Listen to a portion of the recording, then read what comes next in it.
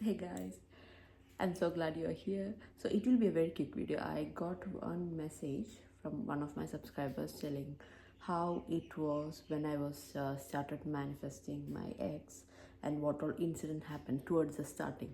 Just because I was also new to this journey, so she was asking this. So this video is dedicated for you and as well as whoever want to hear like how the journey was and how it will be as a beginner to manifestation, because we don't know how things work and I didn't know what manifestation is. It was new to me. So let's get back to the topic. I got to know about the book Secret long time back, even before I was doing all this process. And then in my last video I've mentioned I practiced 55 into 5, 33 into 3. At that time I practiced and nothing was, I don't know, behind the scene things might be working, but um, for me, because I was new, nothing was working in front of me, right? Nothing was changing. The circumstance didn't change. So, and at the same time, I was feeling so negative whenever I am doing manifestation things. So I stopped that thing there. And my breakup happened after like 2-3 years after this thing, like my first trial to manifestation. So after my breakup, it took me like 6 months. I'm not able to move on all this. Then I got to know about Joseph Ally. If any one of you guys want to follow his channel is very good. I learned everything from his channel, and then I started exploring other channels wherein I learned many process about self-love, all this. So visualization I learned from him, affirmation I learned from Sammy Ingram. So yeah, it's a mix of whatever I learned from different um, you know channels I'm sharing here, and which give me like results. So from his channel I learned about visualization, and as I mentioned in every video, so visualization, you take a small scene, a maximum is 10 seconds or less, don't go above that, that will be daydreaming. And I visualize again and again a small scene. It should be a very small scene. Always put a timer on and check the time limit of the scene, and it should be a scene that implies that your specific person is with you. If you want to manifest, in my case I was manifesting ex wherein I wanted to get back with him. So one of my visualization scene was we are together, like we are having a coffee together. you know I don't know at that time, because I am a beginner, I don't know what visualization scene to take. Anyways, the scene I took, and it was giving me a good feeling as well. So I repeated this again and again. I was very adamant that I am not going to message him, because 6 months, one of another video I told, like I was actually taking the effort to message and all. I stopped that, and this was like my last, the last thing I will do. If it works, it works. Otherwise, I was in a state where I have to give up. So I was doing all this process, and within a month, he actually messaged me, and that was like a big thing for me, because yes, it works. So I was like, okay, now I know the trick. And then I started. So in our journey, he was already with someone, like he was dating someone at that time. He didn't tell me at that time. We started chatting, and going to patch up kind of. But then this girl messaged me telling they were together, all these things. It was heartbreaking to me, but at the same time I thought, I didn't know how to process the emotion at that time. So I was like, okay, maybe this is like bridge of incident. I should ignore everything. So I was ignoring, which is wrong.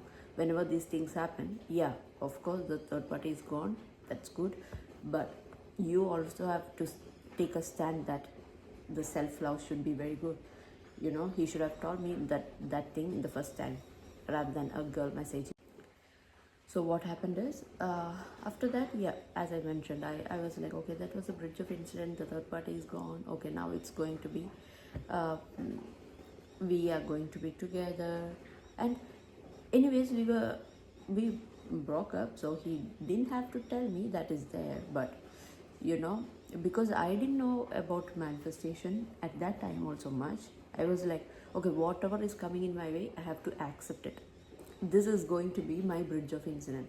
You know, even if a person talk rude, maybe next minute they will change.